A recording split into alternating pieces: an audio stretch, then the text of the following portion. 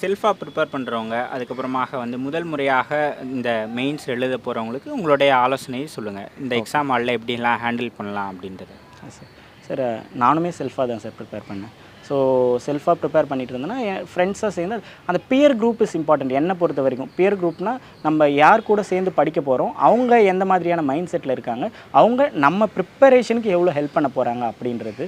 So நான் எனக்கு ஏற்ற ஒரு பியர் குரூப்பை ப்ரிப்பேர் பண்ணிட்டேன் சார். நான் டிஏவி ரெசிடென்ஷியல் ப்ரோக்ராமுக்கு தான் தேங்க்ஸ் சொல்லணும். ஏன்னா வந்து அங்கே தமிழ்நாட்டில் இருக்கிற இந்த மாதிரியான ப்ரிப்பேர் பண்ணுற ஒரு சில நல்ல மைண்ட்ஸ் எல்லாத்தையும் ஒன்றா சேர்த்துருந்தாங்க.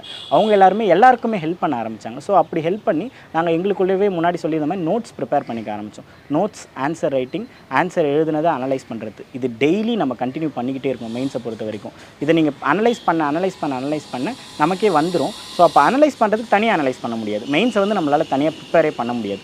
நம்ம கூட நம்மளை கைட் பண்ணுறதுக்கு ஆள் இருந்துக்கிட்டே இருக்கணும். அதுவும் நம்ம ஃப்ரெண்டாக இருக்கலாம், நம்ம மென்டாராக இருக்கலாம், யாராவது ஒருத்தர் நம்ம கூட இருந்துக்கிட்டே இருக்கணும். ஸோ அப்போ அந்த விஷயத்தை டெய்லி நம்ம பண்ணிக்கிட்டே இருக்கும்போது ஒரு கட்டத்தில் அந்த ஃப்ளோ வந்துடும். ஃப்ளோ வந்ததுக்கப்புறம் நம்ம மிஸ்டேக்ஸை நம்மளே அனலைஸ் பண்ணி பார்த்துக்கணும். நம்ம மிஸ்டேக்ஸை அனலைஸ் பண்ணுறோம், ஃப்ளோ வந்துருச்சு, டெஸ்ட் எழுதிட்டு இருக்கோம். அதுக்கப்புறம் எக்ஸாம் ஹால் போனோன்னா ப்ரெஷரை குறைச்சிக்கலாம்.